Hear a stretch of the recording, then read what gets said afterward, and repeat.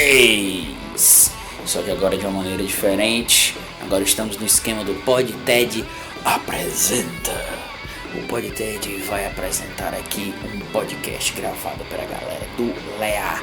LEA é o grupo de História Pública vinculado à Universidade Federal do Ceará. Grupo de historiadores invocados, contando com o convite e a participação do meu grande amigo Sávio Henrico Alves, mais conhecido como Sabirila. E eu solto essa no podcast. E a minha grande amiga também, Bruna Alves, mais conhecida como Bruninha McLaren, porque é a mulher rápida no gatilho e no volante. Então, a ideia que a gente tem para discutir aqui é o seguinte: esse PodTed, não, na verdade, é um PodTed Apresenta. Foi um podcast gravado por um grupo de amigos que eu fui convidado para participar e que a gente tem uma discussão muito importante acerca dos direcionamentos da história, né? Vinculando a história pública, que a Bruna vai explicar bem direitinho o que é isso para vocês, né? Esses caminhos dessa história pública para com o obscurantismo negacionista, tá? De uma certa ala conservadora capitaneada, pelo menos dentro do nosso discurso, através do Brasil Paralelo e a sua produção audiovisual. Fuleirais, mas tá aí. Através do filme 1964, Brasil entre armas e livros, que a gente busca tergiversar sobre esse filme diante de todos os acontecimentos históricos que eles deturpam e os que eles não deturpam, e mediante o trato daquilo que realmente é esse filme, entre grandes aspas, porque para mim é um vídeo de 2 horas de YouTube e eu vou explicar isso direitinho do porquê que eu acredito que isso seja. E então a gente busca trabalhar em cima desse material, descendo a chiba com toda a vontade possível, com a participação dessas duas figuraças aí. Então vamos pra cima, fiquem aí no aguardo que o negócio é brabo. Bora, vai que é tua, Sabirila.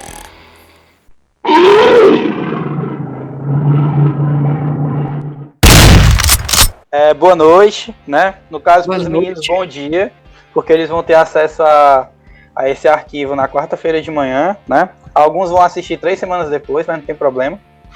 E na aula de hoje, né, nós temos aqui um formato diferente, onde eu trouxe alguns convidados, né? A professora Bruna, né? Bruna Alves, que hoje atualmente compõe o LEA e, né, nós entramos na universidade no mesmo semestre 2009.2, e o Ted, né, que é um cara que desgarrou lá da história, mas que é do mesmo semestre que a gente, mas que hoje trabalha, né, com a questão do audiovisual, especificamente o cinema, né, um cara que escreve para várias plataformas como o Cineplayers e já trabalhou na produção de alguns filmes que ele vai falar aí posteriormente na apresentação dele. Então agora eu queria que a Bruna se apresentasse, falasse um pouco sobre a trajetória dela, né, o que ela faz no LEA, e é isso, e depois o Ted se apresenta e a gente dá início aos tópicos que eu selecionei aqui para as pautas. E aí, galera, tudo bom? Boa noite, né? Boa tarde, bom dia para quem for ouvir depois. Meu nome é Bruna Alves, eu sou historiadora formada pela UFC. Sou da turma original do Sávio, do TED também, mas tive uma pausazinha no curso e retomei posteriormente.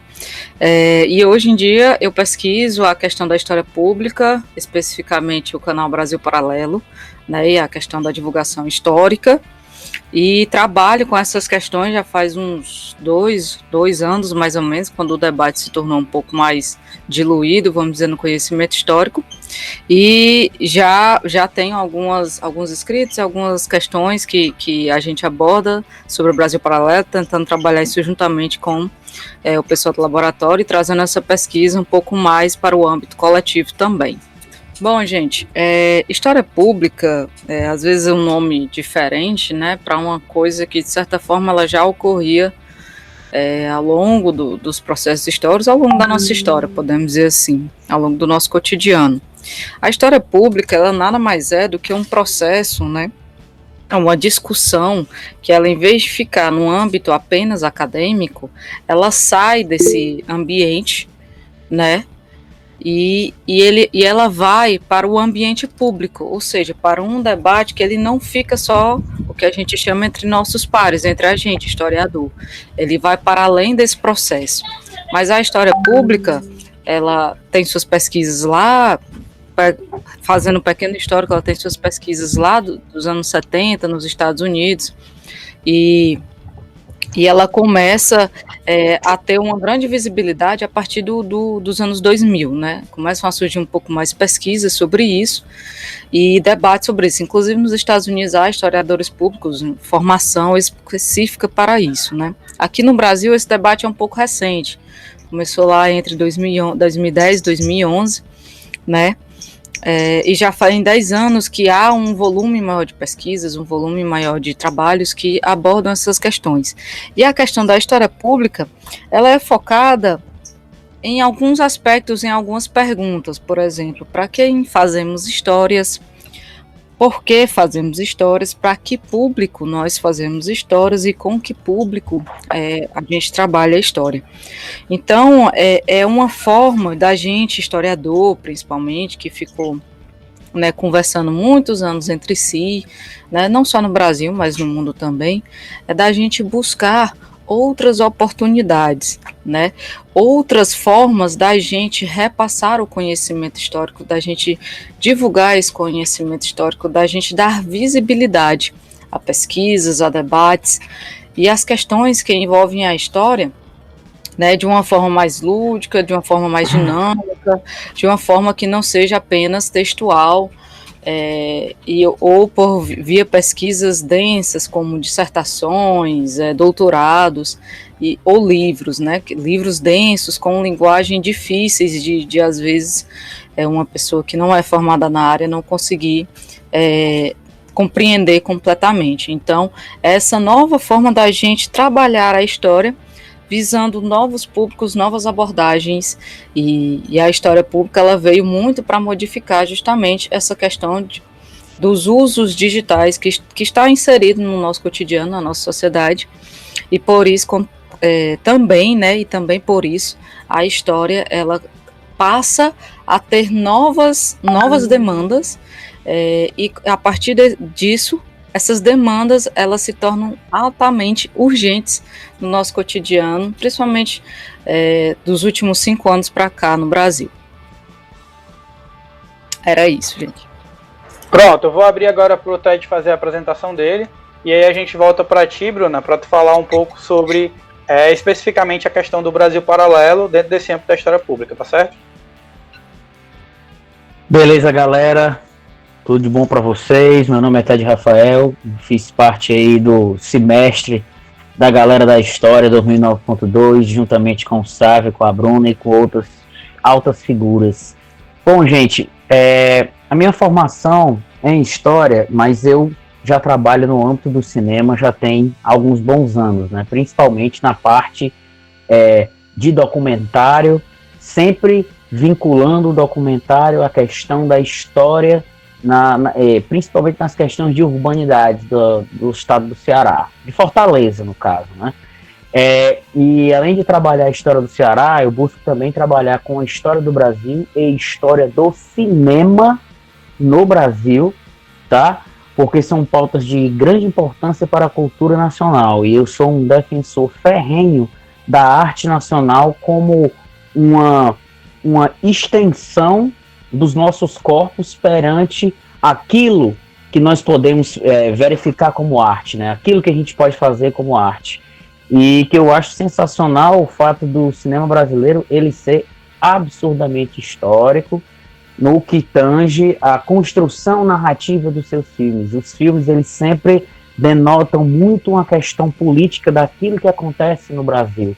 Em vários filmes isso acontece, mas em vários cinemas isso acontece pelo mundo inteiro. Mas na questão brasileira especificamente, isso faz uma grande diferença, porque nós tivemos uma gama de regimes autoritários, né, uma gama perversa de regimes autoritários, e o nosso cinema está sempre respondendo e respirando esse autoritarismo, né, ou de maneira considerada subversiva, ou então de maneira gaiata, querendo escapar disso. E, ou seja, a ditadura militar, como tal, acabou em 85 oficialmente, mas ainda é um período histórico onde a linha de cinema, tanto documentário e ficção, ainda se debruça muito para discutir o cinema brasileiro. E eu acho de extrema importância esse tipo de cinema para mostrar como foi a nossa história. São várias versões, né, que nós, historiadores, estamos discutindo quando a gente verifica o que esses filmes querem nos dizer. Aí o tema escolhido hoje é discutir esse vídeo de 2 horas, que eu não chamo nem de filme, do Brasil Paralelo. E vamos adiante aí, vamos nessa. Vamos lá, e dando continuidade aqui à nossa análise do vídeo de 2 horas, vamos passar aqui para a Bruna, para ela inserir aí o Brasil Paralelo, o canal como um todo, né? E especificamente o documentário que fala sobre a ditadura militar, né? Que é As Armas, né? O nome do documentário, se eu não me engano. E aí a Bruna vai fazer aí a inserção, né? Tendo em vista que esse é o ponto de confluência do trabalho dela, né? De pesquisa, que é a História Pública, que é o canal Brasil Paralelo. E é um dos pontos de abordagem do próprio grupo de História Pública no LEA. E aí ela pode falar um pouco sobre isso também. Bom, gente, já entrando um pouco nessa questão do Brasil Paralelo, né?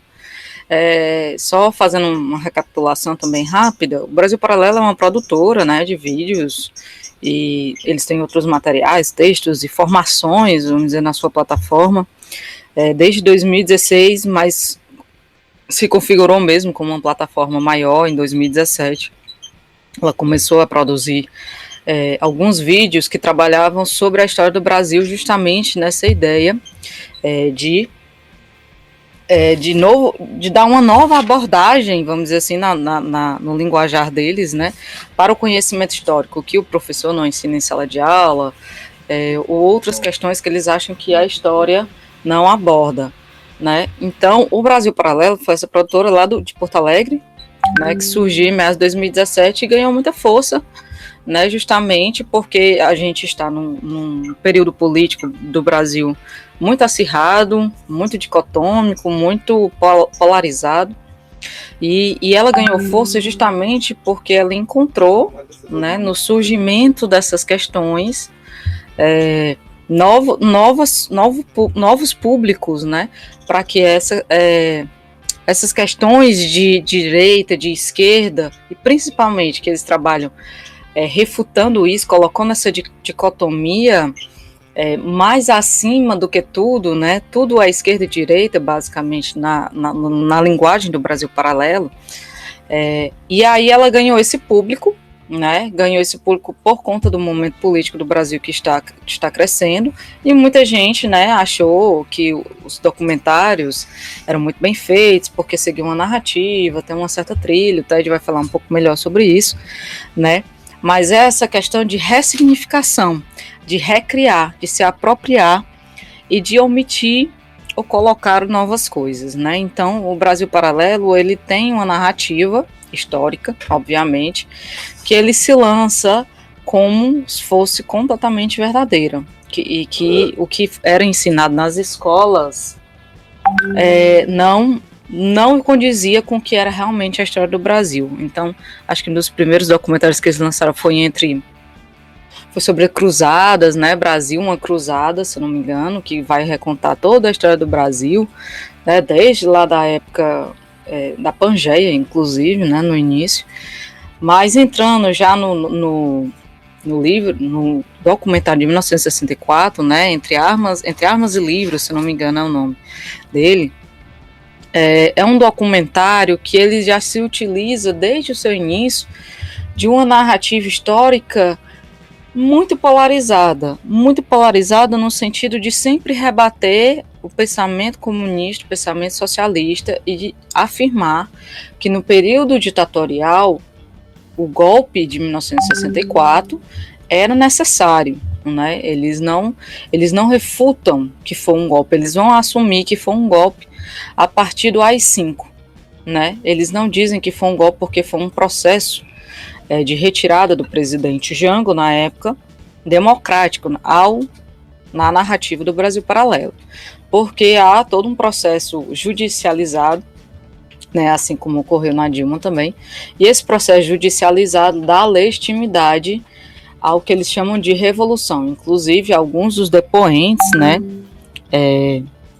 inclusive os depoentes, né, que falam, né, são alguns historiadores, ou diz lá apenas professor de história, presidente do Instituto Mises Brasil, que é reconhecido como uma instituição altamente liberal que nós temos aqui, né, alguns jornalistas da época, né, eu acho inclusive o William Vac, ele faz depoimento, e entre algumas outras pessoas que são, vamos dizer assim, desconhecidas do grande público, mas o que eles tentam nessa narrativa do Brasil paralelo, nesse revisionismo histórico, vamos dizer assim, é tentar colocar essas questões que foram escamoteadas, entre aspas, aqui falando, do processo histórico, ou seja, não foi dito tudo, né, o que na visão deles era para ter sido dito. Então eles vão seguindo essa narrativa de que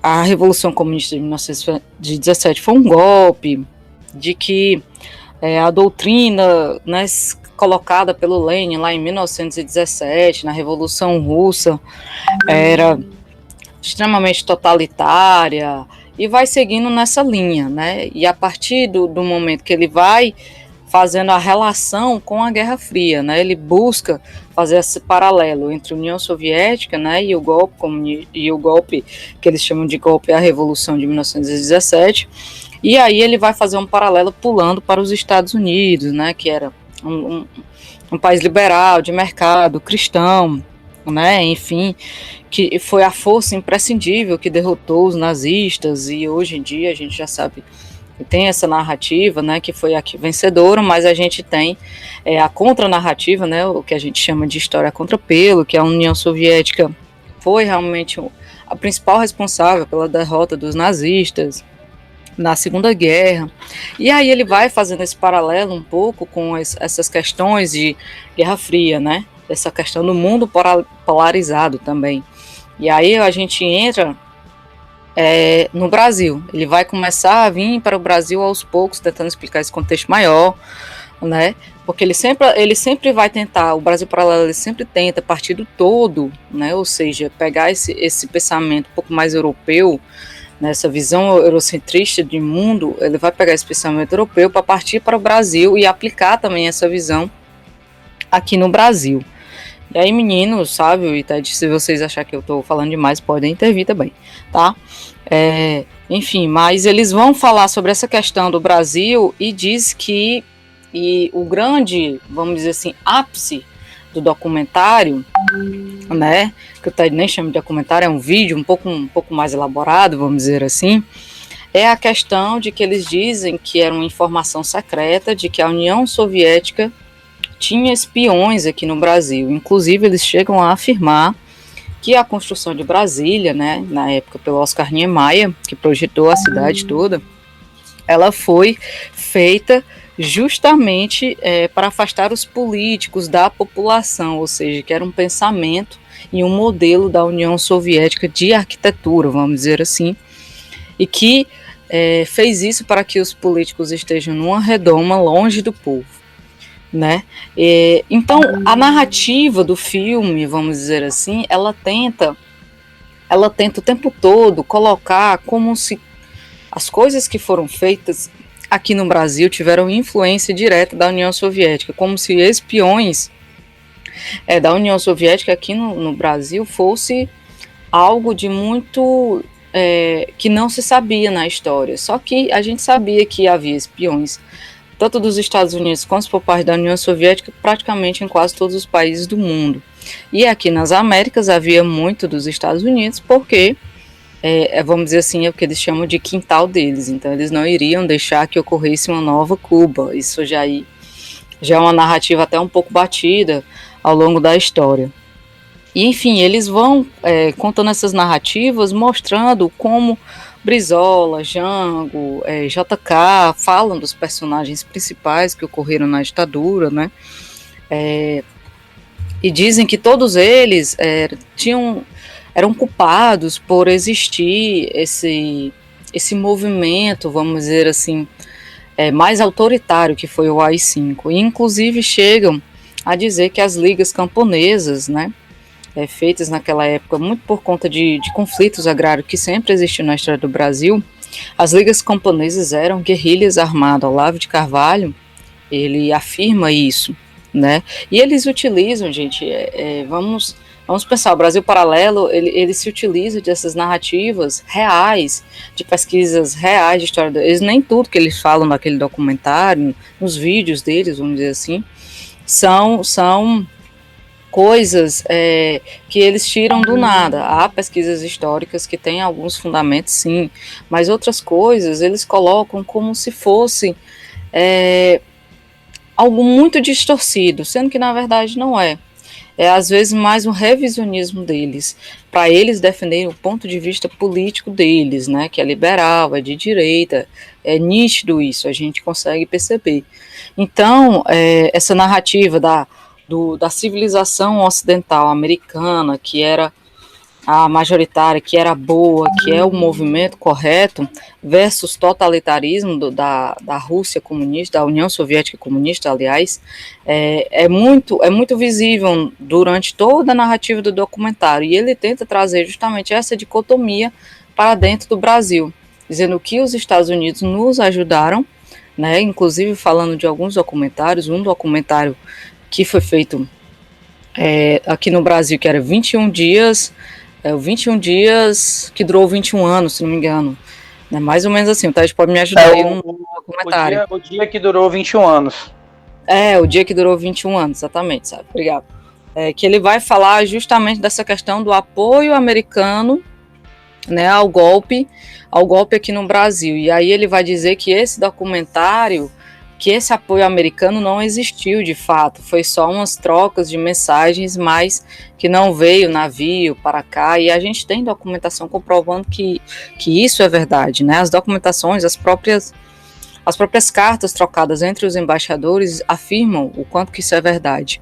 Então, é bem polarizado, assim, justamente porque o pessoal do Brasil Paralelo ele vai se aproveitar desse momento de polarização do Brasil para justamente já polarizar isso e aumentar essas questões. E a gente perceber de que a ditadura que ocorreu aqui no Brasil, até o AI-5, ela não foi ditadura. Aí sim, quando ocorreu o AI-5, foi um golpe, eles vão afirmar. Porque é uma coisa que criticaram muito na época, né, as notícias, de que eles não afirmavam que a ditadura militar tinha sido um golpe, que tinha sido autoritária. E aí eles vão rebater em entrevistas, eles vão até na Jovem Pan, quando eles lançam esse vídeo elaborado, eles vão rebater essas questões dizendo que sim, a gente afirma que a ditadura foi um golpe, mas eles afirmam a partir apenas da questão do AI-5, que o regime realmente virou autoritário, que houve perseguições, mas eles acham que todo esse processo foi-se necessário e se fez necessário porque havia o risco, né, dos comunistas tomarem o país. Então, basicamente, o Brasil Paralelo, ele tenta, e aí o Ted, eu acho que vai falar um pouco mais dessas questões mais técnicas, se utilizar de uma forma lúdica, porque, querendo ou não, eu, que sou uma pessoa leiga em cinema, por exemplo, não tenho muito conhecimento, você vê que a trilha, assim, é meio óbvia, mas é muito bem formada, é um vídeo que você não acha tão chato de assistir, pelas questões técnicas, que eu posso dizer isso, né, mas pela questão narrativa, né, a gente passa muito, muito mal, vamos dizer assim, como historiador, porque a gente vê que há muita distorção de fatos ali, e realmente é um processo de história pública que eles fazem, querendo ou não, por mais que não se tenham historiadores naquele processo, mas é um processo que eles tentam revisionar, que eles tentam se apropriar da história da ditadura e perceber que a narrativa vamos dizer assim, da esquerda, ela é sobressalente nessa questão e eles tentam retomar essa narrativa para si, esquecendo um pouco essas questões de fatos, de datas, de pesquisas extensas que há sobre a ditadura militar no Brasil, e vamos aos fatos de que haviam espiões e que Brasília foi criada para afastar nos moldes, né, para afastar a população do poder e nos moldes da União Soviética. Então, é uma narrativa difícil da gente conseguir ver como historiador, mas a gente tem que ver justamente para a gente conseguir analisar esses debates e ver o que é que se está debatendo no espectro do campo da direita, para que a gente possa perceber que facilmente vários vídeos deles são refutados com pesquisas e histórias acadêmicas que muitas vezes o grande público, né, o público em geral, não tem acesso. Eu falei muito, né, mas era isso. Show, Bruninha, obrigado, uma ótima explanação. E aí, deixando claro que a ideia não é ser contrário ao Brasil Paralelo por ele representar uma postura de direita, né? Porque nós temos pensadores intelectuais ao longo da história, né, de direita e que fizeram trabalhos bem...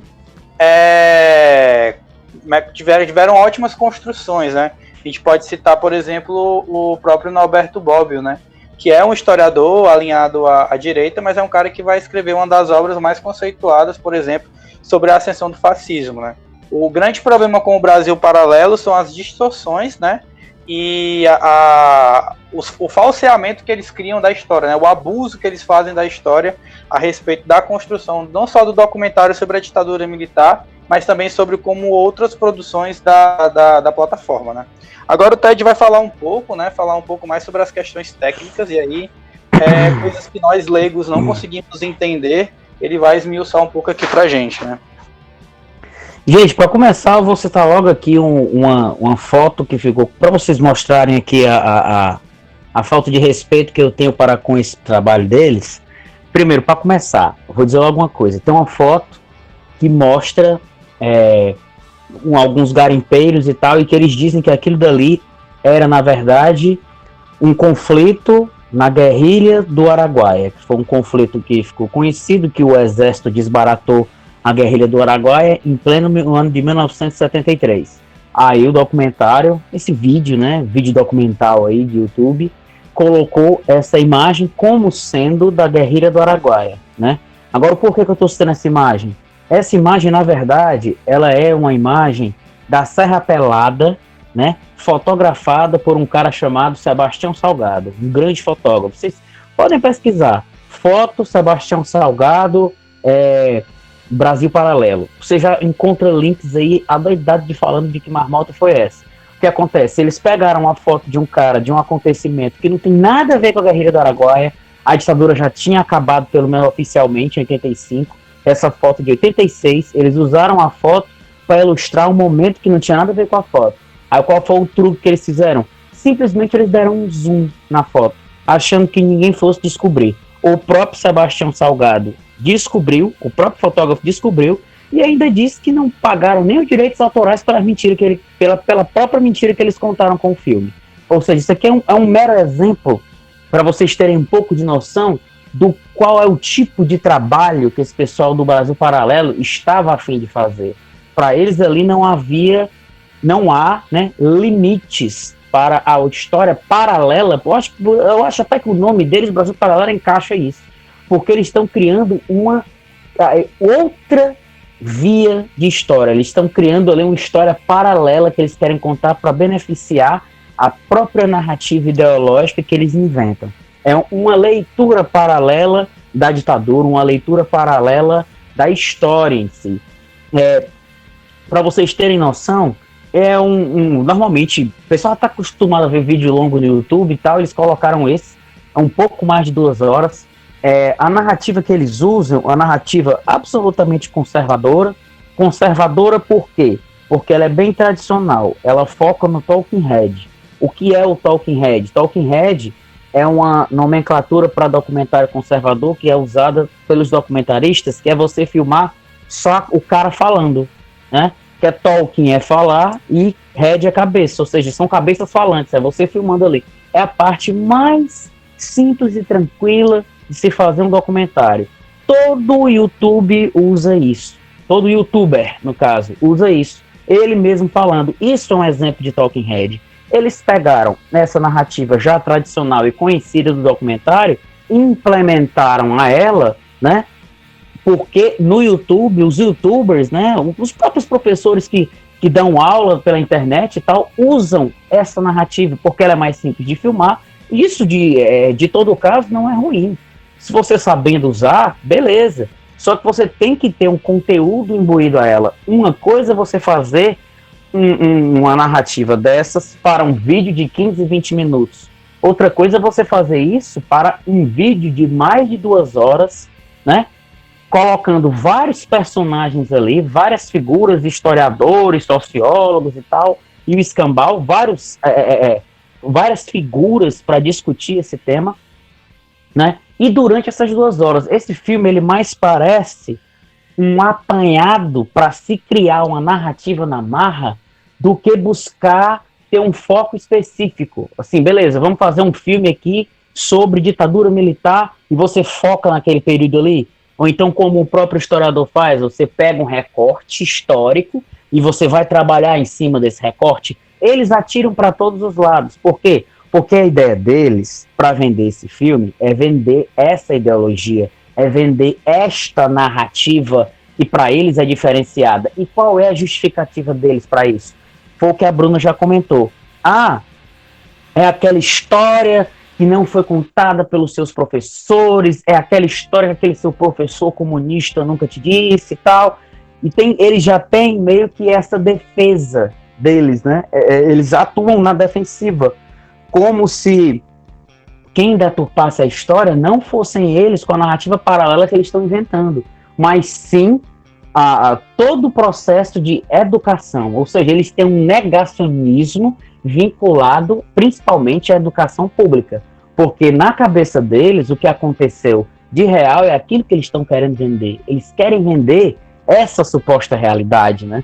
Aí, ou seja, isso já foi nessa mentira da foto do Sebastião Salgado, né? Eles pegam toda essa narrativa tradicional, que eu falei para vocês, do Talking Head, e inserem várias mentiras ali, várias marmotas ali, vários desvios, né? Para fazer com que vocês sintam melhor o filme. Querem um exemplo? A questão da música. Se a gente prestar atenção em como a música é utilizada nesse filme, é utilizada da forma mais rasteira e óbvia possível que o cinema pode fazer. Que é, por exemplo, se tem uma situação triste, você bota um pianinho tocando. Se tem uma situação alegre, você bota uma música agitada. É a forma deles tentarem manipular o espectador. Só que qual é a diferença? A diferença é que eles não têm conteúdo suficiente para isso. Entendeu? O conteúdo que eu estou dizendo é o aporte de experiência cinematográfica para fazer esse negócio funcionar, né? Eles não têm, a experiência dele é de YouTube. YouTube, não entendam, não é todo vídeo que você vai fazer e jogar no YouTube e dizer que aquilo é um filme. Não. É diferente. Cinema é outra coisa. Por isso que eu acho desorganizada a narrativa deles. Na cabeça deles, simplesmente bota uma linha aqui, vou colocar uma linha histórica aqui, vou contar a história para lá no final dizer que a esquerda é maldita, tá? A linha que eles seguem é um pouco disso. Aí o que eles fazem? Espertamente, eles preparam ali um mosaico, né, do que estava acontecendo no mundo, na Guerra Fria, para preparar o terreno para aquilo que eles vão bater depois. Tanto que eles pegam alguns líderes de esquerda e já começam a bater e enaltecem algumas lideranças de direita, tá? Por exemplo, eles batem no Stalin, de esquerda, eles batem no Lenin, isso assim, no preâmbulo do documentário, e fazem elogios ao Churchill, falam da Segunda Guerra, do heroísmo, né, dos países aliados, mas marotamente não falam ali que quem ganhou a guerra foi a União Soviética, né? A ideia deles é o quê? É amaciar, preparar o público deles, um público que está ansiando por esse tipo de coisa, que quer que a sua ideologia de direita seja contemplada. Aí você já dá uma amaciada nos egos das pessoas que estão assistindo aquilo, que estão em busca desse material. Aí por isso que você faz um mosaico, elogiando uns e esculhambando outros. Você cria uma torcida dessa maneira, né? E isso o filme até faz de maneira rasteira e tal, mas eu entendi a intenção deles ali. Isso não é nenhuma das piores coisas do filme, não. Isso analisando como cinema. E aí ele percorre fazendo esses recortes que eles pretendem, né? Que é focar ali no começo, fazer o foco ali inicial, falando desse mosaico da Guerra Fria, partir para as lutas camponesas, guerrilhas e escambau que justificassem a entrada militar, porque eles só vêm chamar de ditadura a partir de 68, e eles meio que falam da ditadura como um todo, aí citam, que para mim é a melhor coisa do filme, a questão dos documentos tchecos, né, da Tchecoslováquia, como se fosse uma grande novidade ter espião aqui no Brasil durante a ditadura, né, mas essa parte é a mais bem montada, e a partir disso, isso faltando assim uns 30, 40 minutos, é só descendo a lenha na esquerda até o final, e de maneira assim que eu fiquei até, de certa forma, impressionado, sem um objetivo, assim, um objetivo histórico, simplesmente com um objetivo ideológico, passando por cima do que é cinematográfico, tá? Esse foi alguns dos pontos, né, que eu achei, assim, até risíveis do filme, né? De certa maneira, se esse filme tem uns 20 minutinhos, uns 15, 18 minutos, ele até passava melhor. Mas como você tem que obter uma certa experiência para você concatenar uma longa-metragem de mais de 2 horas, eles repetem aquele mesmo esquema simplesmente na intenção de achar que a narrativa e a história que eles têm para contar é maior do que o tipo de conhecimento cinematográfico que eles precisam ter.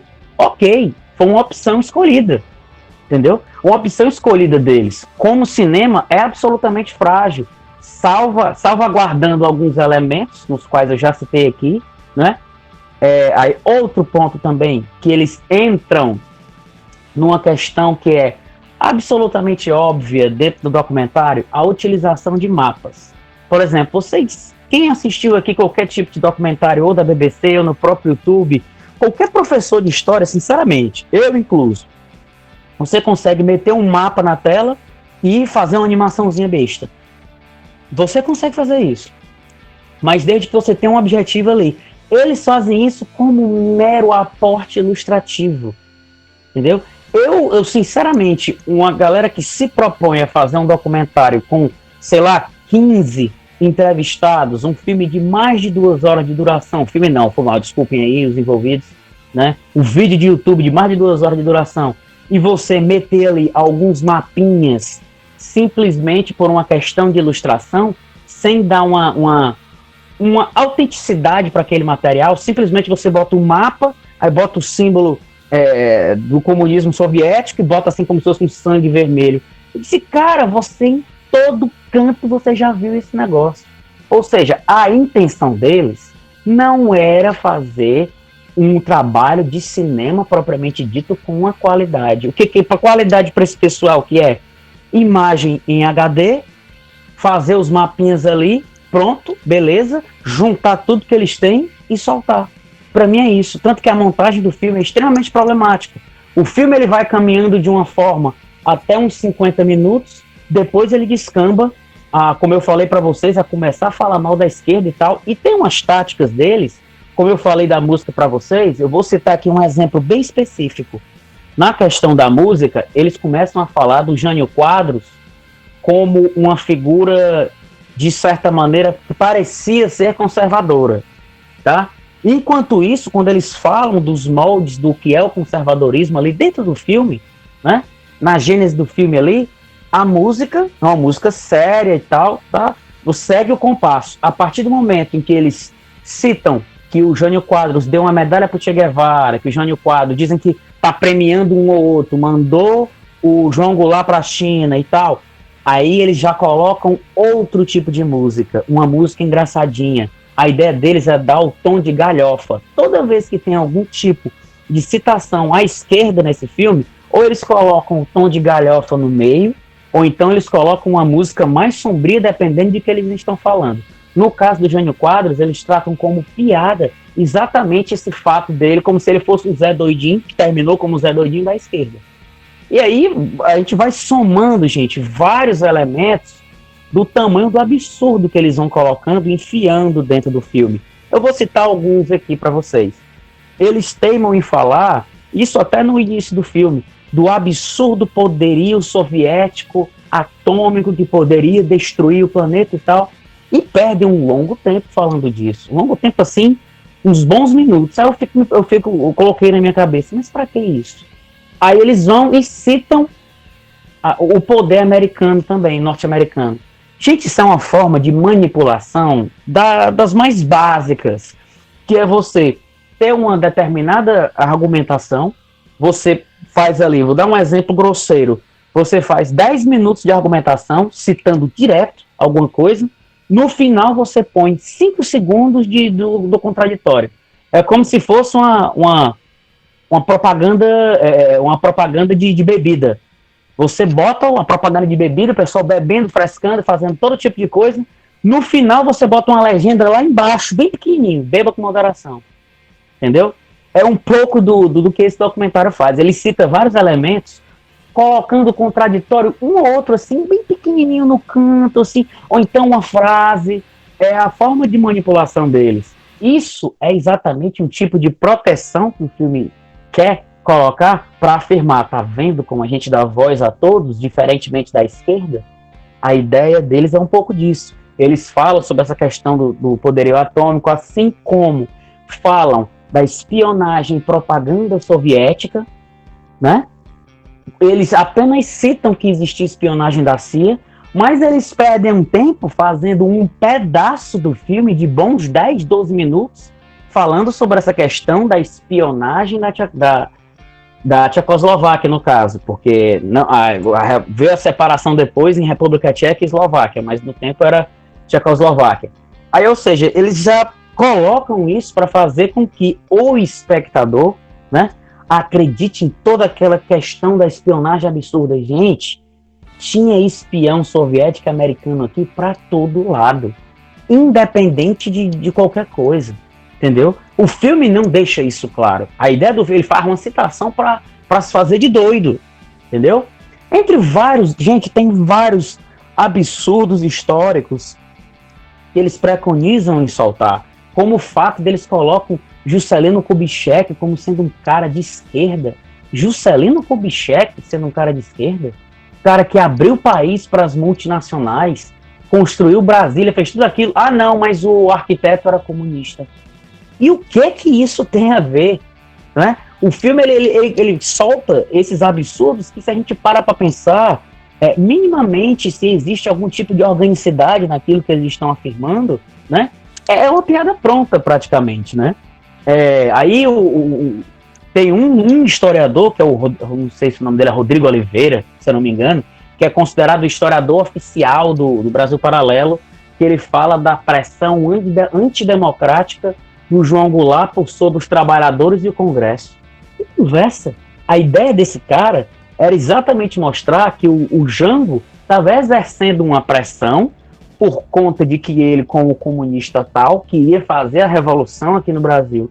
O Jango era um cara trabalhista, o foco dele era esse. Quiseram transformar o cara num revolucionário exatamente para justificar o golpe em 64. E o documentário entra nessa conversa mole, né? Eles acreditam muito nisso. Entre outros elementos também, que eles tiram a importância do Brizola, né? Que a Bruninha já citou também. Aí agora tem outra aqui, gente, que essa eu tenho que citar para vocês, que entra na questão da foto do Sebastião Salgado, que é a questão da guerrilha revolucionária. Os caras afirmam que aqui havia, a gente está em pleno século XXI, 2020, filme feito em 2019, e os caras ainda teimam em afirmar que havia uma grande ameaça comunista no Brasil.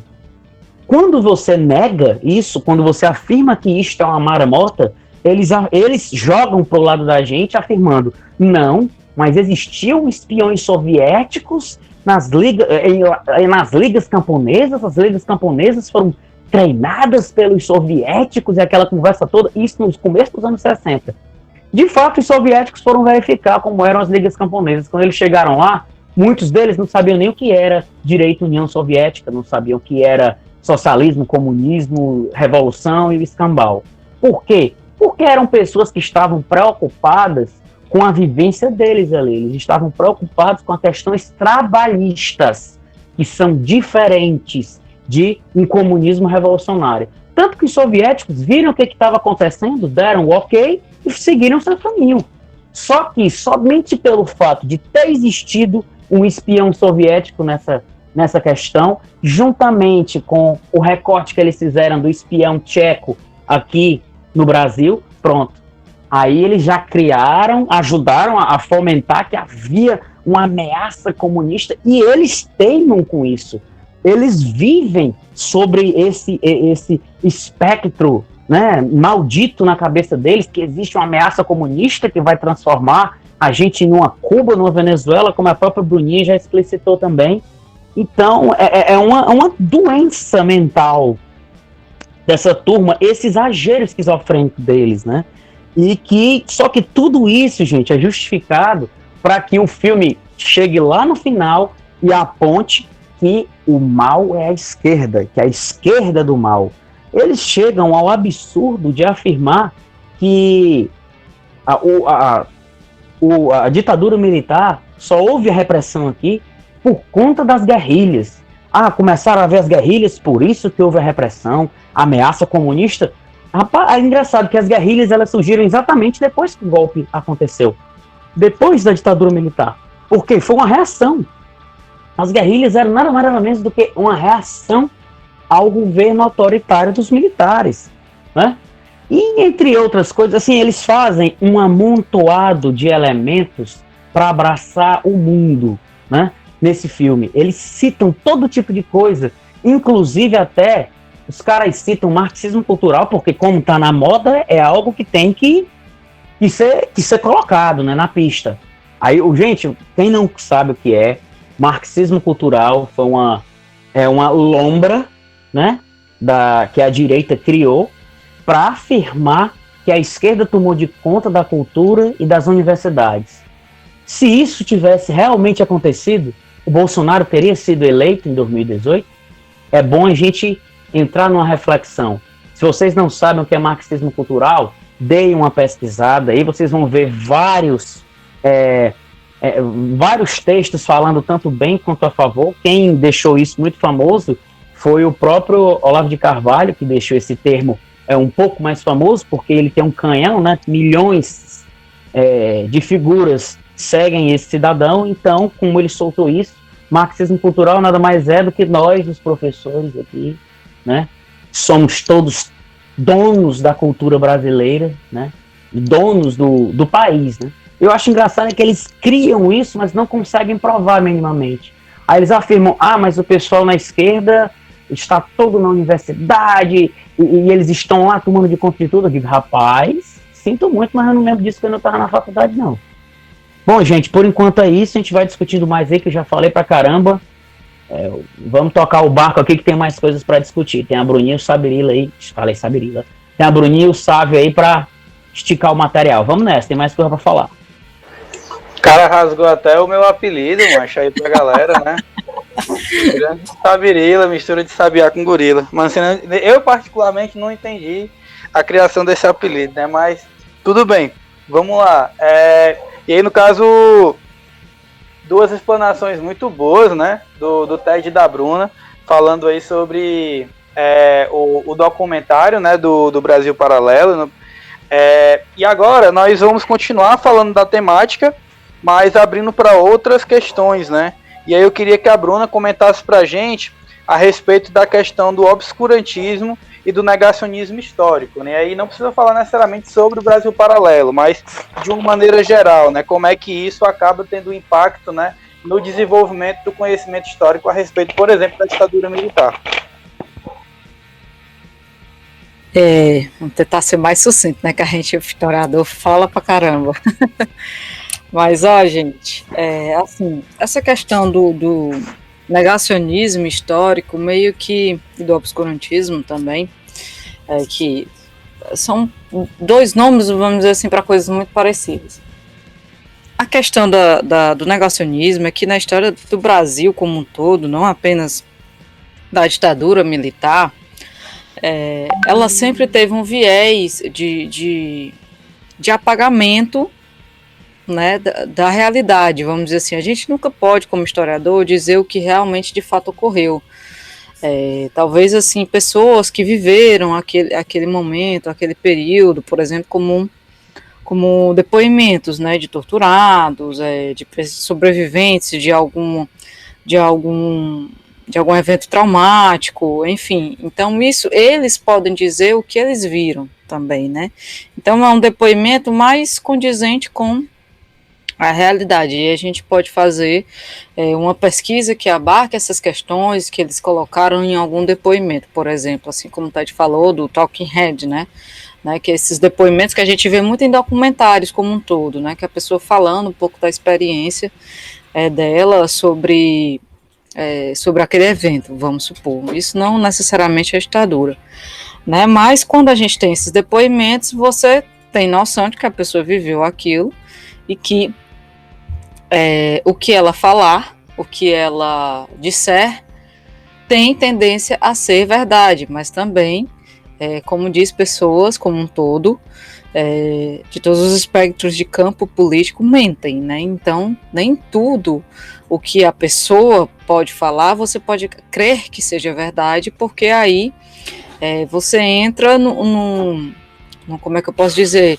acreditar exclusivamente num depoimento. É como se fossem processos, um processo de investigação da polícia, né? Vamos supor que uma pessoa acusa a outra de alguma coisa, você pega o depoimento da acusada, de quem acusou, você vai investigar por provas. Basicamente, o trabalho um pouco do historiador, ele se baseia um pouco nisso, né? Mas não só apenas no depoimentos, que ele vai pegar depoimentos, fontes históricas, ele vai se basear em documentos que comprovem de alguma forma que aquele evento existiu, por exemplo, como os campos de concentração aqui no Ceará, que é pouquíssimo falado nas escolas e na nossa história, né? Os campos de concentração que existiram no Ceará desde o século XIX até meados dos anos 30 do século XX, né, que existiram e que há edificações ainda, pouquíssimas edificações em pé, mas existem, e que há documentação comprovando isso. Então, se a gente tivesse só o depoimento daquelas pessoas, a gente poderia até crer que fosse possível por alguns rastreios, mas quando você tem documentação que prove o que você falou, de certa forma, ou que seja muito próximo do que você falou, aí o seu depoimento ganha uma força maior. O seu depoimento, ele é passível de veracidade, vamos dizer assim. E aí, gente, essa questão do negacionismo histórico, o que é que ele vai fazer? Ele vai negar que tais eventos ao longo da história, não apenas a ditadura militar aqui nem tem tanto negacionismo porque há muitas provas, há muitas imagens, há muitos documentos. Mas, por exemplo, tem um filme muito famoso, né, que se chama Denial em inglês, né, que é negação justamente, que é um processo na Inglaterra de um negacionista do Holocausto. Ou seja, o cara processou uma professora americana na Inglaterra e ela tinha que provar que o que ele estava falando era mentira, não era ele que tinha que dizer. Era ela que tinha que provar que o que ele estava falando era mentira, porque é ela que sofreu o processo. Então, lá na Inglaterra, ele é conhecido, é David, não vou me lembrar o sobrenome dele, que é bem esquisito, mas o primeiro nome, se não me engano, é David. Mas vocês podem pesquisar aí no Google esse filme, Negação, acho que inclusive tem no Netflix. David Ivey, o nome dele. David Ivey, né? Pronto. David Ivey. E ele era um famoso, começou a ficar famoso por justamente ele negar essa história do Holocausto e entrar com o processo, ou seja, chegar a vias, vamos dizer assim, a vias de fatos, entre aspas, porque ele chegou a processar essa professora americana e ela tinha que provar que o que ele estava falando sobre o Holocausto dos judeus era mentira. Então ela foi atrás de provas, né, lá na corte inglesa, foi atrás de provas para dizer que o que ele estava falando era mentira. Pegou livros, pegou fotos, pegou documentos, e foi comprovado no processo, né, que ele realmente pegou um trecho e manipulou esse trecho de um texto lá de algum nazista para dizer que o Holocausto não era um projeto nazista, né, para dizer que o que a gente conhece como solução final, né, era um projeto nazista. E lá ele falseou esse documento e ela provou para A mais B que ele mudou pequenas palavras do texto e ela achou o texto original e aí ela conseguiu ganhar o processo. Mas é justamente essas questões. Eu acho que o negacionista é você querer fechar os olhos, né, para uma realidade que há comprovação científica, que há pesquisa em torno disso. Né? Não necessariamente a história a gente considera uma ciência justamente por isso, porque ela não vai simplesmente contar uma história para você, vai narrar uma história do que aconteceu. Há histórias, por exemplo, de indígenas que realmente a gente não tem prova, né, vamos dizer assim, documentada, porque indígena não tem documento, a história deles é oral, ou seja, é contada de geração em geração. E aí a gente, como vai ter noção de que a história de que um pajé está falando, geralmente que é o chefe da aldeia, está dizendo é verdade? Pelo histórico dos outros indígenas e pelos documentos que se tem minimamente daquela etnia em determinada região. Então, há histórias e histórias. A história dos indígenas, por exemplo, é muito oral, muito oralizada. A gente conversa com eles e a gente vai conhecendo as histórias. Mas histórias documentadas, com muitas fontes, principalmente histórias de cidades urbanas, desses processos históricos fortíssimos, como a Revolução de 1917, a questão de toda a implementação da União Soviética, na Alemanha, a Alemanha nazista. Mas engraçado a gente parar para pensar como não há documentação, por exemplo, de massacres que ocorreram na África, às vezes massacres que ocorreram no Vietnã, né? Vamos dizer assim, outros pontos do mundo em que a gente às vezes questiona se realmente isso ocorreu ou não. E esse negacionismo, por exemplo, que eu peguei de exemplo esse David Irving, né, do filme da negação, ele é um atraso para o conhecimento, um atraso para os historiadores, um atraso para toda a sociedade, porque ele vai afirmar, e gente acredita, né, tem gente para acreditar em tudo. Então, pessoas acreditam piamente que esses fatos, eles realmente são verdade quando você implanta aquele sentimento de dúvida na cabeça da pessoa.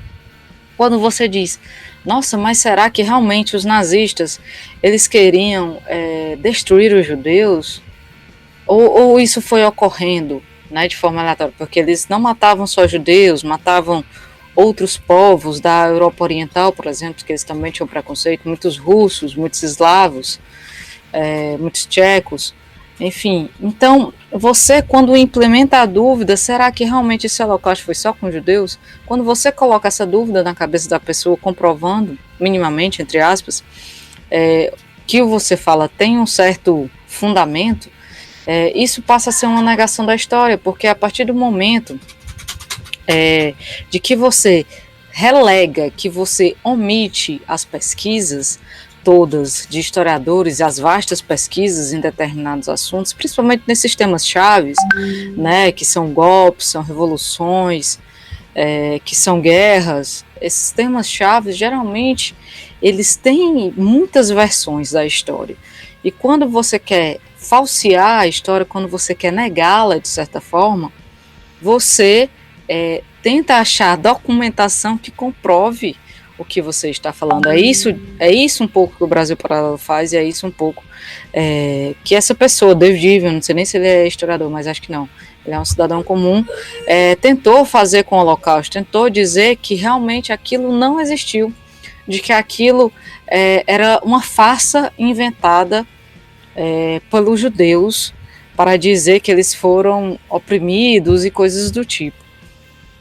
Essas formas de negar a história, elas ocorrem, eu acho que desde sempre, até porque a narrativa, gente, a narrativa da pessoa que conta a história, geralmente a narrativa de quem vence ela. Ou seja, por que a gente sabe tanto da monarquia inglesa, mas a gente não sabe muito sobre os processos de colonização que a Inglaterra fez na África e na Ásia, que foi o país que mais colonizou outros países no mundo, né? A gente parar para pensar nisso, a gente sabe essa narrativa mais da monarquia inglesa, dos reis, do Henrique VIII, e que ele criou outra religião para se casar com outra mulher, por exemplo. A gente sabe essas histórias justamente porque eles têm um domínio da narrativa, tiveram um domínio da narrativa por muitos anos. Por quê? Porque faziam documentos, porque sabiam escrever, porque guardavam esses documentos. E muitos, por exemplo, se a gente estuda a história da África, quando a gente estuda a história da África, a gente percebe que muitos dos conhecimentos da história africana são oralizados, assim como os indígenas. Por quê? Porque eles vão passando de geração em geração. Não é um processo que eles documentam, que eles colocam no papel, que eles tiram foto, que eles filmam hoje em dia, né? Hoje em dia até fazem mais isso, mas há um século atrás isso não era comum, né? Até porque esses equipamentos nem existiam direito, né? Então, eu acho que o processo de negação da história é justamente isso, é você negar esse obscurantismo que as pessoas que entram nesse mundo, de certa forma, de negação de que a Terra ela não é redonda, de que ela é plana, vamos pegar esse outro exemplo, sair um pouco da história, entrar nesse obscurantismo desse conhecimento e acreditar piamente nisso, tentando arranjar alguma forma de comprovar. E há vídeos, por exemplo, eu já vi alguns, né, que é muito interessante, minimamente engraçado de ver, que é o sujeito tentando explicar como que a Terra é plana, né? E que a gente já tem conhecimento lá da Grécia Antiga, que um cara descobriu o grau de rotação da Terra, se não me engano, né? Enfim, então, esses processos de negação, de obscurantismo, eles são feitos e eles são criados, essas teorias conspiracionais, muitas vezes, que tem ao longo da história, dos templários, vamos supor. Inclusive, eu já pesquisei muito sobre isso quando era mais nova também. E a gente, quando entra um pouco nesse mundo, a gente realmente se coloca em dúvida se aquilo ali não existiu, ou se aquilo ali realmente existiu. E se você entra nesse ciclo, né, e você não tiver o discernimento para entender até que ponto aquilo ali pode ser verdade, né? Até que ponto aquilo ali tem coerência, até que ponto aquelas questões, aquele debate, ele está correto, vamos supor, né? O que a maioria não está, mas até que ponto você acredita nisso é a questão, porque se você entrar nesse processo, vamos supor que você acredite de que a escravidão ela foi um processo que os negros, né, já escravizavam os próprios negros, então a Europa ela apenas continuou, vamos dizer assim, deu continuidade a esse processo. Isso é um processo de negação da história, né? Por mais que existisse escravidão entre negros e negros na África, que era de outra forma, né? Assim como existiu escravidão na Grécia e na Roma, que era de outra forma, a gente não pode negar o fato de que foram retirados milhões de pessoas que foram escravizadas na Europa e na América como um todo, e essas pessoas, elas sofreram torturas absurdas que a gente não consegue minimamente imaginar isso. A gente não pode negar esse fato existe. Se a gente negar ele, se a gente entrar nesse obscurantismo e dizer que isso ocorreu por causa disso, procurando causa e efeito nessas relações, aí a gente entra num poço sem fim. A gente entra num mundo sem fim, porque tudo vai ter uma causa e relação, e tudo, de certa forma, tem uma causa e consequência, mas não necessariamente a causa e a consequência de determinado processo porque, não, se já existia isso, então a gente só continua isso. Não, se os nazistas já queriam matar outros povos, os judeus foram só mais um povo. Não é assim que funcionam os processos. E é para isso que existe muita pesquisa, muito método histórico, muitos mergulhos nas fontes, muito mergulho em depoimentos, muitos mergulhos em trabalhos já realizados, para a gente conseguir investigar e realmente chegar para afirmar que não, o Holocausto existiu, mas contudo, contudo na história nada é durável, vamos dizer assim. Essa afirmação que eu estou dizendo assim, o Holocausto existiu, essa afirmação, ela nunca pode ser desmentida de certa forma, porque isso é um fato que existiu. Mas eu posso revisionar no sentido de dizer como que esse fato existiu. Vocês estão entendendo? Então eu não posso chegar para dizer, não, o Holocausto não existiu. Não, isso aí é uma negação completa. Mas eu posso revisionar e dizer, olha, o Holocausto existiu assim, assado. E não foi A, B, C, como estavam dizendo. Vocês estão entendendo? Então, é todo um processo que o historiador ele faz, pode ter uma pesquisa dos anos 40, e essa pesquisa ela pode ser atualizada nos anos 2000, no 2020 hoje. Então, as pesquisas elas podem ser atualizadas, por quê? Porque surgiu novas fontes, porque surgiu novo material, porque tiveram novas descobertas. Há essa atualização de uma determinada pesquisa, isso ocorre. É uma revisão, né? Uma revisão do processo que já ocorreu, e aí a gente vai atualizar a pesquisa. Não, se acreditava que o Holocausto, supondo, né, era XYZ, mas não, ele era XYZ mais ABC, certo? Então são todos processos que os historiadores, né, como todos, eles vão investigar. A gente não tira conclusões e pesquisas e formas de afirmações, de afirmar que um processo, um fato histórico existiu do nada. A gente vai sempre buscar pelo método e tentar atualizar à medida que os anos forem avançando, à medida que novas fontes, novos questionamentos, novas pesquisas forem surgindo. Então é por isso que a gente tem que ter muito cuidado com esse processo de negação, porque você afirmar que determinado fato, que a gente já tem uma pesquisa sólida sobre isso, existiu ou não, isso, você negar o fato e você querer acreditar que a Terra é plana, de certa forma, é a mesma linha de raciocínio. Pronto, obrigado, Bruninha, pela explanação. E fica muito claro, né, que esse ato de negar, né, esse ato do negacionismo, ele está sempre muito conectado a uma tentativa daqueles que negam, né, de justificar a sua própria realidade, né.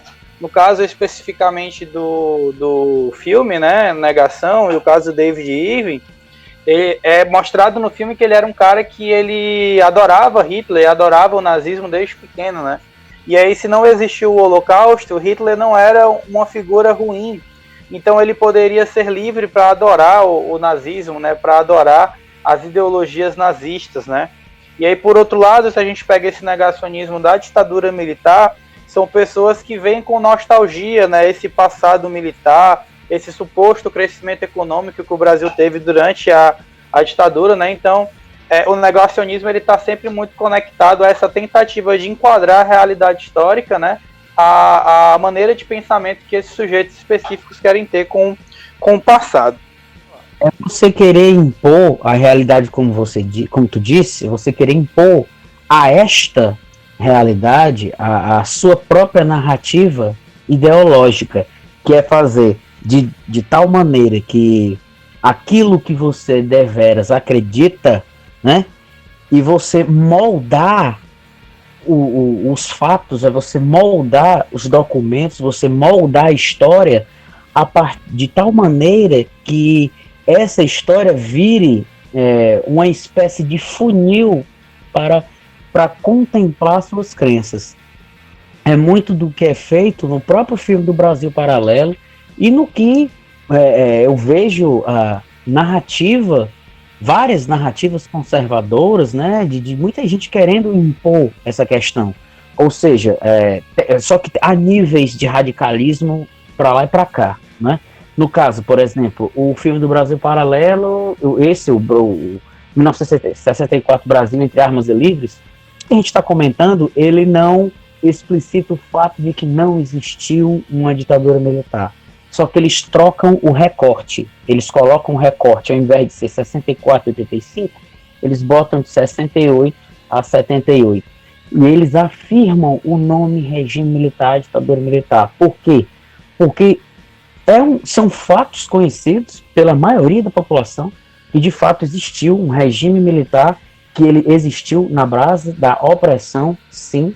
Só que o que acontece? Essa turma dessa direita neoconservadora, né, dessa turma engajada muito tanto também por todas as questões de domínio de internet, de redes sociais que eles imbuíram, a necessidade deles de obter um crescimento, tanto também para o público, em alguns temas, eles darem aquela passada de pano já conhecida.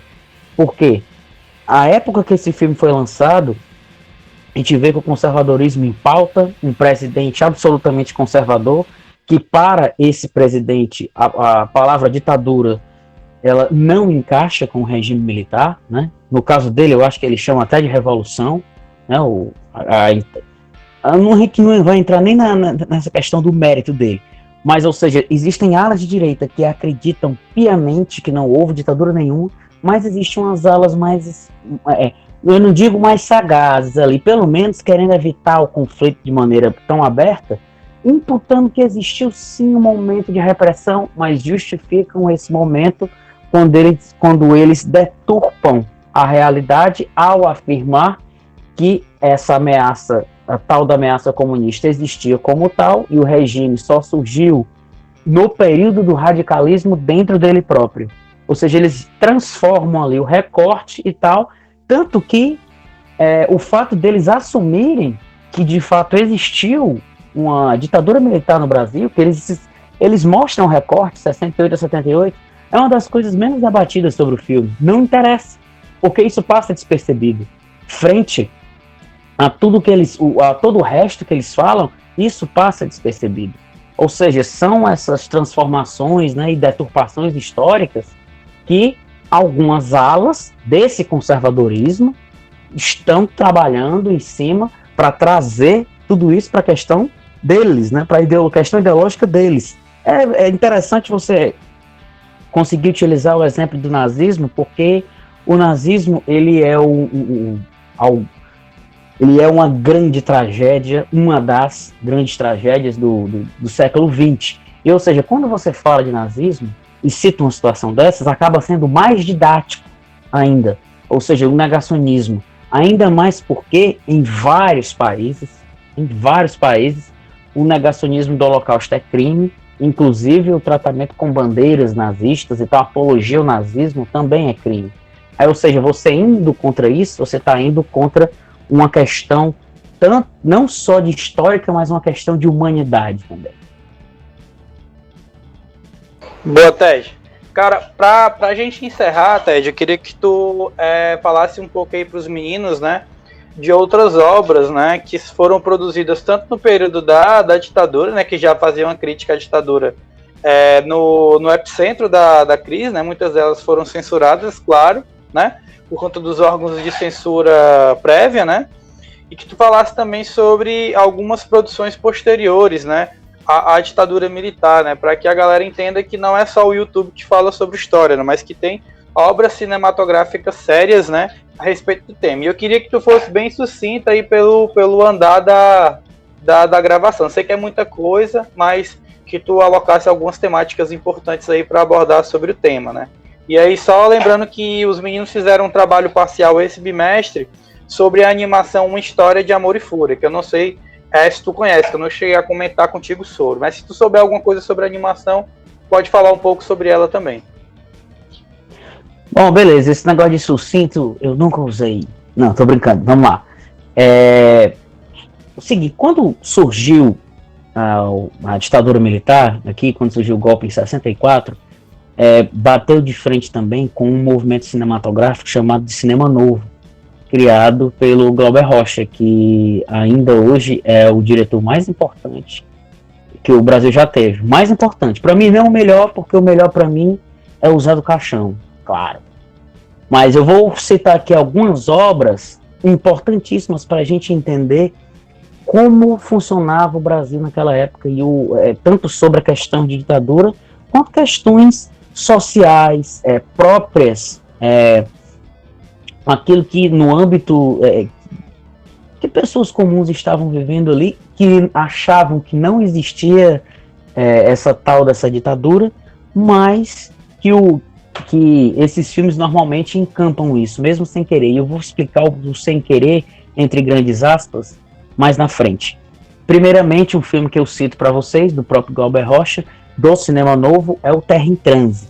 Gente, Terra em Transe é um filme que trata da história de dois grandes políticos, um político mais voltado a um aspecto progressista e bem populista e corrupto, e do outro lado, um conservador, reacionário ao máximo, né, de direita.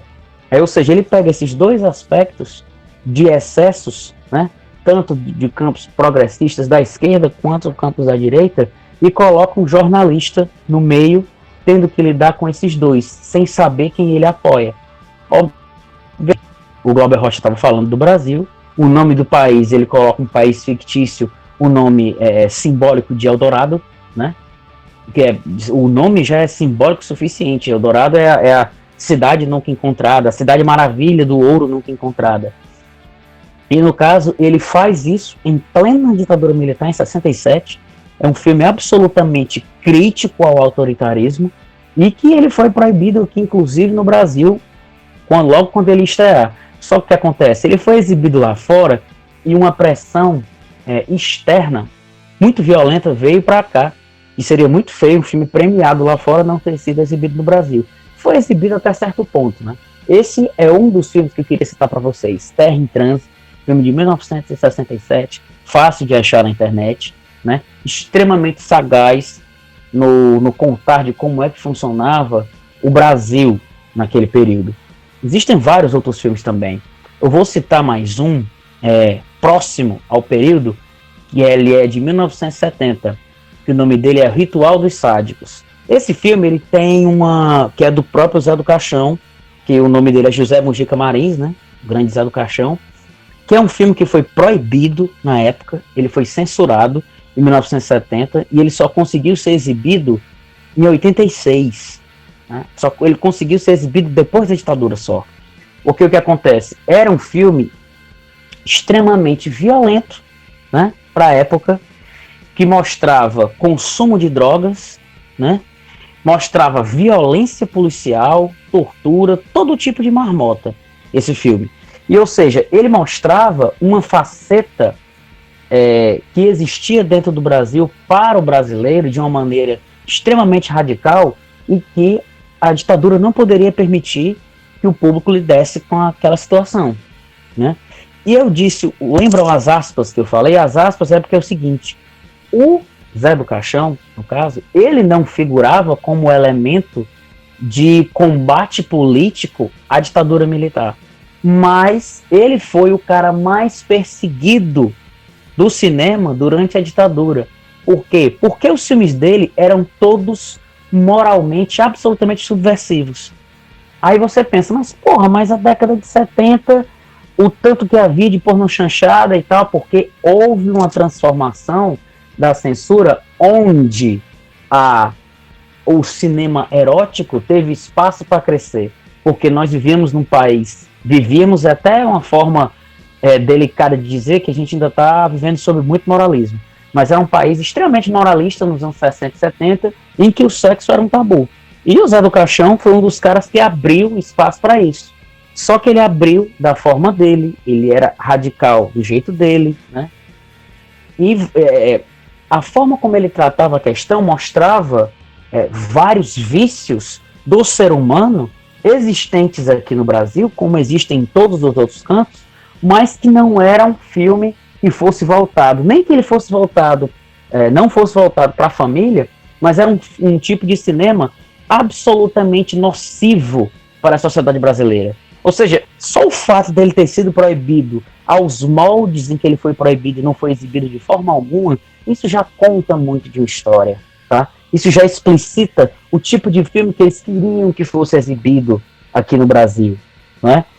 E esses são alguns dos filmes extremamente importantes feitos durante o período da ditadura militar. Existem vários outros, existe o próprio cinema marginal, uma vertente cinematográfica de filmes experimentais do final dos anos 60 e começo dos anos 70, com vários filmes proibidos, né? Entre eles Matou a Família e Foi ao Cinema, que é o primeiro filme que mostra uma cena de tortura policial, propriamente dita, em 1969, filme que foi proibido, entre vários outros filmes, né? Muitos desses diretores saíram do país, alguns deles tiveram que ficar aqui porque não tinham para onde ir. No caso do Zé do Caixão, que ele acabou produzindo o cinema de terror dele e as próprias pornochanchadas dele dos anos 70, né? Dentro desses, um material muito rico para se discutir, não é? E só o que acontece, de certa maneira, a ditadura ela meio que deu uma interrompida no cinema nacional. Gente, entendam, toda vez que você tem um processo autoritário, né, de política autoritária, essa política autoritária vai acabar se voltando para a arte. É uma das primeiras coisas que um governo autoritário faz, é ir atrás de bater na arte e bater na educação. Educação e cultura, as primeiras coisas que eles vão bater. Por quê? Porque são elementos de crítica, são elementos que buscam o livre-arbítrio, que buscam a iniciativa, que buscam o debate. Aí, ou seja, a ditadura cuidou logo desses dois. Aí quem quisesse produzir o seu cinema de maneira independente, sem passar pelo crivo da censura, tinha que ir para fora do país. Ou então se adequar ao que a censura permitia que fosse exibido, né? E só que isso, gente, foi num crescente que o cinema brasileiro praticamente quase se acaba no começo dos anos 90. A gente chegou aqui a ter um filme exibido, um filme feito no Brasil por ano. E era o quê? Uma comédia da Xuxa, um filme dos Trapalhões, isso no começo dos anos 90. Para um país de milhões de pessoas, isso é um absurdo. Só para vocês terem uma ideia, na década de 70, haviam 3 mil salas de cinema no Brasil. Ali em 93, 94, menos de 20 anos depois, tinham menos de 1.000. Você sabe o que é ter menos de 1.000 salas de cinema para um país de 130 milhões de habitantes? Isso é um absurdo. Aí as coisas vieram melhorando muito, né? A posteriori disso. E a gente tem vários filmes que tratam da realidade brasileira, falando aqui em filmes mais conhecidos, como Cidade de Deus, Tropa de Elite, tanto o primeiro quanto o segundo, né? O Central do Brasil também. São vários os filmes que tratam de maneira ou conservadora ou de maneira mais radical sobre em que consiste a realidade brasileira, as várias realidades brasileiras, né? Ou seja, eu citei aqui filmes que são, de certa maneira, bem populares e fáceis de achar na internet. Alguns deles eu tenho certeza que vocês já assistiram, não é? O cinema brasileiro é muito rico, gente, muito rico, tanto na parte documental quanto na parte ficcional também. Há documentários riquíssimos. Vou citar um para vocês que é um híbrido entre documentário e ficção, que é o Branco Sai, Preto Fica, que é sobre a história de um cara que ficou paraplégico por conta de um tiro que ele levou da polícia. E a história por trás do filme é muito legal, porque o ator, personagem, não queria fazer um filme documental sobre a história trágica dele, quis fazer um filme de super-herói. Ou seja, o diretor meio que juntou um documentário com um filme de super-herói com um baixíssimo orçamento que ele tinha.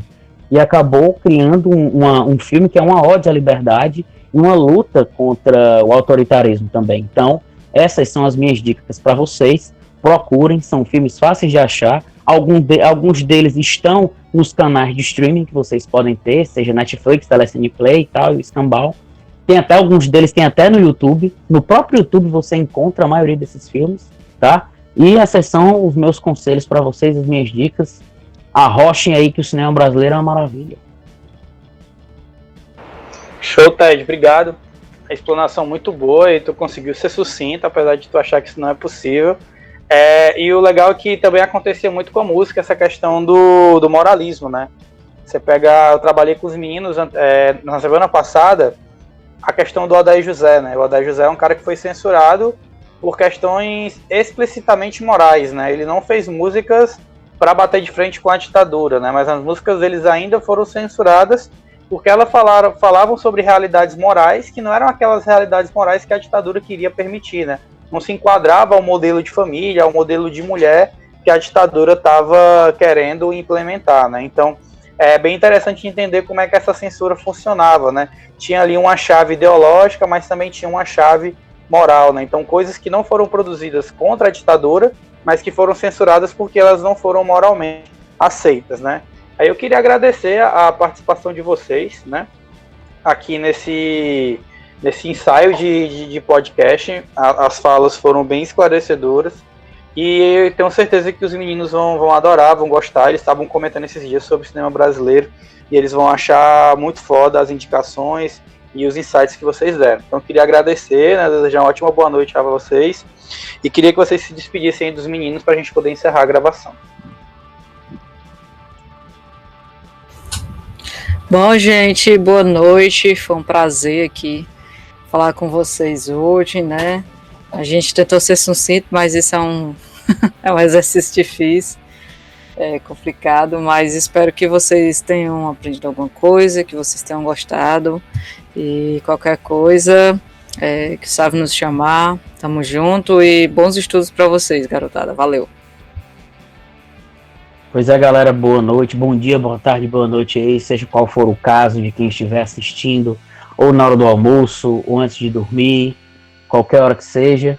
Galera, tudo de bom para vocês, bons estudos para todos vocês, estamos aí para o que der e vier. Viva o cinema brasileiro, é nóis. Valeu, galera, boa noite a todos. Encerrar a nossa gravação, muito boa, muito boa.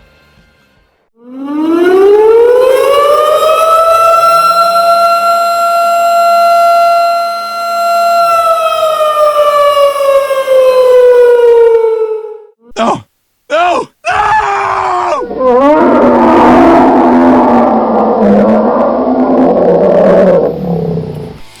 E acabou, galera. Tome lixiba. Agora o Pau cantou aqui. As orelhas do pessoal do Brasil Paralelo também quentinha. Gente, é isso. A gente queria debater todas essas questões aí, tanto históricas como cinematográficas, sociológicas e o escambau, para mostrar para vocês como uma obra audiovisual ela pode ser usada para o tangenciamento ideológico a partir daquilo que o grupo que está no comando da obra quer que isso aconteça. Gente, isso é comum, independente de esquerda ou de direita, só que a gente pegou especificamente o caso desse filme por conta das deturpações históricas, né? E por conta também, né, da pobreza cinematográfica, que é um negócio aí, um negócio meio, mais ou menos meio e tal. E a gente se debruçou sobre essas questões aí. Eu espero que vocês tenham gostado. Agradeço desde já o convite do pessoal do Lear, em especial para o meu amigo Sabrila que me chamou. E, obviamente, pela grande Bruna, por todo o discurso de história dela, que é sensacional. A Bruna se garante e é rápida no gatilho. Então, galera, agradeço a todos que tiveram a paciência e a sapiência de ficar aqui. E o próximo podcast vai ser o PodTed do Stuart Gordon. Eu disse pra vocês que esse é o 3, mas eu achei que esse era um tema muito importante pra gente debater agora. Então, eu meti foi no 4, pois aguardem que o negócio vai ser violento. Aqui tem historiador, aqui tem cineasta, aqui tem documentarista, aqui tem gente escrota pra bater nos abestados. E aqui eu não aliso, e nem quem eu convido, e nem aqueles que me convidam. O negócio aqui é brabo, menino. No Ceará aqui o negócio é violento. Então, galera, fiquem aí com mais rock and roll e até o PodTed